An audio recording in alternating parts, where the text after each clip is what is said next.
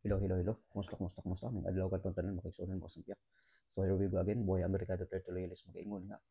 Kung adunay nahidog mo, gusto mong kakapuyog kaluya, ang imong mga pulong may magadasig kini sa pagtindog. So mga kasampiak, kung saan mo kayo sa mundo, sana ay nasa mabuti kayong kalagayan at ang iyong buong pamilya, mabuhay po tayong God bless po. So time check, it's now 5:22 in the morning, 19th of January, Sunday na po, 2025 dito sa Brooklyn, New York. So, mga kasampiak, kung saan mo kayo sa mundo, sana ay nasa mabuti kayong kalagayan at ang iyong buong pamilya, mabuhay po tayo ng lahat, God bless po. So, ano na, ano na talaga, 19th of January, so, ngayon na, ano na implement na yung, TikTok ban dito sa Amerika.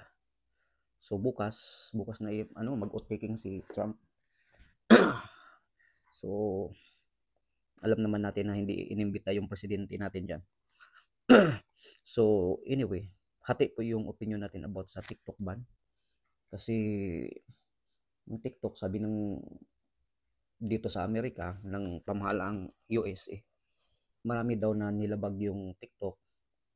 Halimbawa na unang-una, nag-gather daw sila ng mga vital informations ng mga users. Kung kaya't ito ay magiging threat sa Amerika kasi pag kinukuha yung information mo, pwedeng mapenetrate nila yung mga vital ng mga agencies dito sa US, lalong-lalo na sa mga government agencies.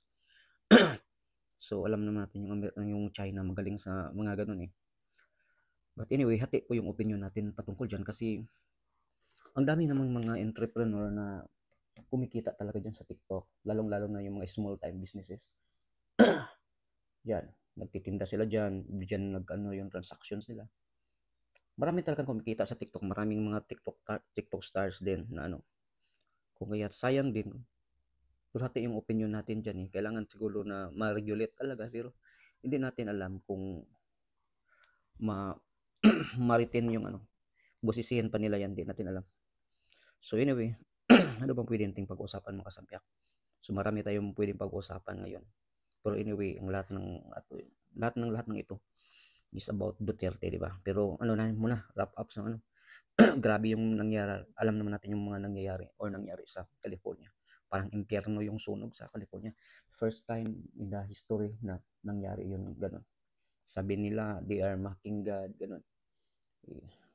Siguro hagupit na rin ng panahon, climate change, isa din yun.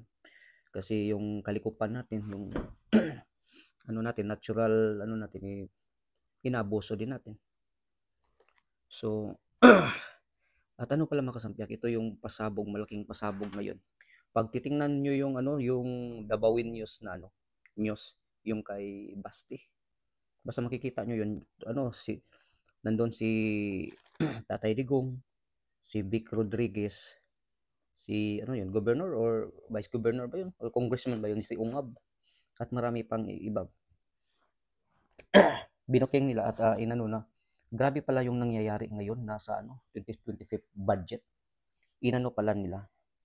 Iniba pala. Ang nangyari pala pala may inilagay sila ng mga blank pages doon. So ito ay talagang talaga unconstitutional kasi para ka lang pumirma ng mga blank check.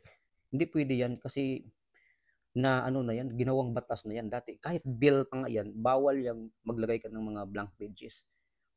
Ngayon, naging act na, naging batas na, pero may nakalagay pala doon ng mga pages ng mga blanco. So, pwede nilang lalagyan yun. So, ibig sabihin, itong bicameral, sino ba yung pumirma doon? Itong both houses ng lower house at saka sa upper chamber, which is the Senate, pinirmahan nila yun o nilagdaan nila yun. So, ang question ngayon, kasi baguhin talaga nila yung budget.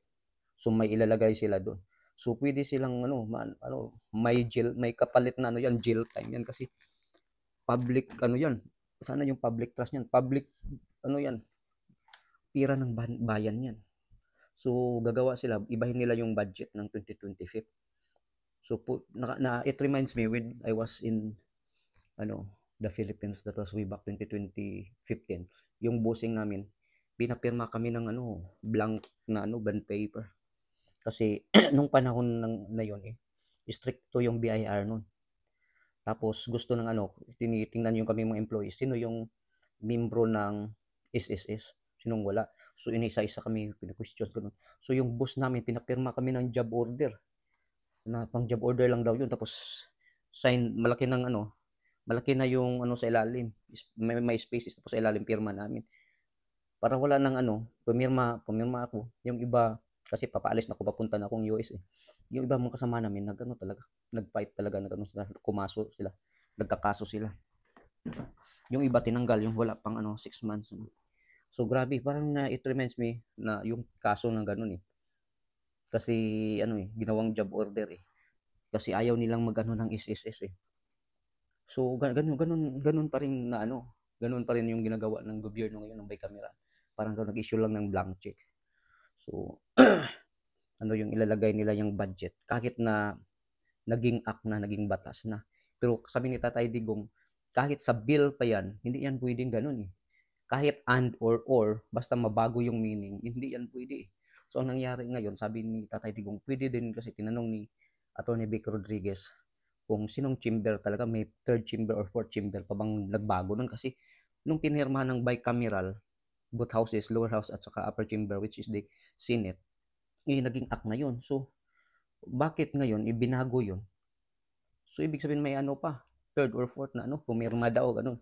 Pero ang ano diyan, hindi yan ang pwedeng ano, responsible diyan. Yun pa rin pumirma sa both houses nung ginawa yung act na yun, yung batas na yun, yung budget ng 2025. So binago daw. Yun yung napansin ni ano, ni Ungab. Ano ba yun si Ungab, congressman? Yun pinipresenta nila. Titingnan nyo sa ano, Dabawin News na channel ni ano, Basti Duterte. So malaking pasabog yan yung ginagawa ngayon. So ibig sabihin i-insert nila yan. Katulad pa rin yung nangyari kay Inday Sara sa panahon niya. 'Di ba? May mga insertion. Ngayon talaga parehas pa rin yung style pero ano, doon naman sa ano, inano nila, insert nila yung naglagay sila ng mga blank pages. Tapos may pirma doon. Hindi natin alam kung maglagay daw sila ng pira diyan sa ngayong pang 2025 na ano, budget talaga. Gagamitin yan, pwede election or so whatsoever. Or yung nakalaan for the next year. Ganun. So, yan yung talagang mga kalukuhan talaga ng ano natin, ng government ngayon. Kaya wala na talagang matino ngayon ang gobyernong Marcos eh. Dapat na talaga kikilos yung sambayan ng Pilipino. Hindi natin ano, yung ilang years na ba? 2 years or 2 to 3 years pa si Marcos? 6, 7, 20. Oh. Hindi, malulugmok na talaga itong bansang Pilipinas natin eh. Kung kaya't mga kababayan nating ano, itong mga sundalo dapat na talaga kikilos eh. Kasi kahit yung leader nyo dyan, si Browner, walang ginagawa din eh. So, ano pang mangyayari ngayon? Lahat ng mga agencies natin, mga ano, healthcare system natin, wala na. Kahit sa mga private, SSS, mga ganun, nanunan ninyo. Kung wala na talagang ano, wala na talagang patutunguhan ang gobyernong ito. At yung balita na ano, yung may nag-leakage dyan, ilang mga pagsisara talaga magiging presidente sa 2028. 40 plus daw yung lalayas ng mga malaking posisyon sa gobyerno. Siyempre, tatakas na yan. Lalong-lalo na siguro si Castro. Nag-a-apply ng asylum doon sa ibang bansa na wala tayong hawak doon, wala tayong, ano bang tawag diyan, para hindi sila pwede mapabalik. Kasi pag meron tayong ugnayan sa ibang bansa, kahit doon sila nagtatago, pwede na yan natin pwede natin yung anong tawag yan, yung Interpol, ganun, pwede natin mapabalik yan. Pero sa mga countries na walang Interpol, wala na tayong hawak doon. Para lang nag-iimbak ng pera doon sa mga Cayman Island countries na wala tayong jurisdiction. Hindi natin ma-freeze ang account or assets. Parang ganun lang din. So, ang nakikita natin ngayon, yung bansa natin, lugmok na talaga. Tapos ito pa si Boy, ano, yung sa Congress, si Balbas Sarado. Kasi sabi na lugmok na yung bansa, may ano na reporter sa kanya, ganun. Sabi niya hindi daw naghirap yung Pilipinas. Mali daw, wala makikita daw sa datos. Nako, sobrang naghihirap na talaga ang mga Pilipino. Ang mahal-mahal ng mga bilihin ngayon sa Pilipinas, sa totoo lang. Yung kinonvert ko nga, parang presyo na yan ng presyuhan dito sa Amerika. Sabi ko, busit, grabe humahabol na talaga ang Pilipinas sa high inflation. Yan yung dahilan. Yung mga kasi, mga politiko, lalong-lalo na sa Congress, yung mga sa Senate, kung hindi nyo yan mararamdaman kasi yung pira nyo, hindi man yan pira sa trabaho nyo na kung baga hindi galing sa pawis galing sa corruption yung pira nyo. Kung kahit hindi nyo mararamdaman kasi ang yayaman nyo na, hindi nyo mararamdaman at saka hindi nyo na-experience yung hirap ng Pilipino. Sobrang mahal. Kamatis daw, sobrang mahal. Lahat na mahal. Nagmamahalan na lahat. So, wala na talang patutunguhan. Kung kaya't ang dami ng criminalities na nangyayari ngayon. Dumadami pati yung addict doon sa amin sa Dumaguete. May doon sa public, doon sa may boulevard. Hindi yun kagagawa ng matinong pag-iisip. Nagjajakol sa public. May katabi pa na babae nagbibideo sa kanya. Na-take down nga yung video. Nagjajakol talaga yung buwang Doon may katabi siyang babae, hindi niya alam talaga niya na binibidyo siya Kagagawan ba yan ng matino na tao? Tapos meron pang pagdating ng mga ilang araw, may sinaksak pang babae, 22-year-old. At tapos nagpa-doktor doon na na-admit sa Howlett Child Hospital. Pero buti na lang sa awa ng Panginoong Diyos okay na raw yung kalagayan. Sinaksak dito sa likod. Pero hindi man lang nakuha yung suspect kasi pati yung mga CCTV sira. So ibig sabihin yan, yung politiko din diyan, sira din. Dati pa yan Kasi corruption to the core Pati yung mga namumuno, kurakot. Ultimo mga CCTV, mga sira. Ano bang klaseng yan? Ano ba namang nangyari sa bansa natin ngayon? Tapos may na-hold up pa rin, na babae pa rin. Ganun. Ano ba nangyayari? Kasi tapos sa Gihol nga naman. Dito yung nangyari sa Negros sa amin. May naman, Shopee agent yata. Basta yung kolektor talaga, pinatay naman. Di ko alam kung, I'm not sure if binarilin or sinaksak. Basta kinuha yung pira. Mga almost 200k yata yung nakuha daw. Kolektor siya. Pero may nagsabi na sa Shopee daw yun. Meron din. Basta pinatay talaga. So ang dami nang nangyari ngayon. Tapos yung sa Bukidnon pa. Yung ano ba yun? 5-year-old ba yun? Bata na pinatay.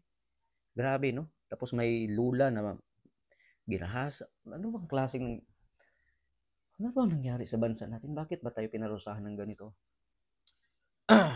Wala na talaga. Kasi hindi na natatakot itong kasi oras na ng pagbabalik. Ito yung bagoong Pilipinas. Hindi bagong Pilipinas. Mabaho na talaga. Mabantot ng bansa natin Nakakatakot ng lumabas. Kahit sa broad daylight, maraming mga krimen na nangyayari. Kahit sa amin. Dati meron man, pero hindi katulad ngayon, rampant.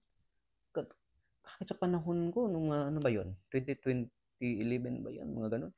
May mga may mga panahon pa kahit panahon ni Pina yun. Maraming mga criminalities, pero hindi katulad ngayon Dati, meron pang rambulan dahil sa crips, bloods, ganun. Pero hindi katulad ngayon, grabe na talaga Grabe bro, daylight, may patayan, may nakawan, saksakan, tapos naglo pa sa public ang buang. Ano bang nangyari ngayon sa Pilipinas?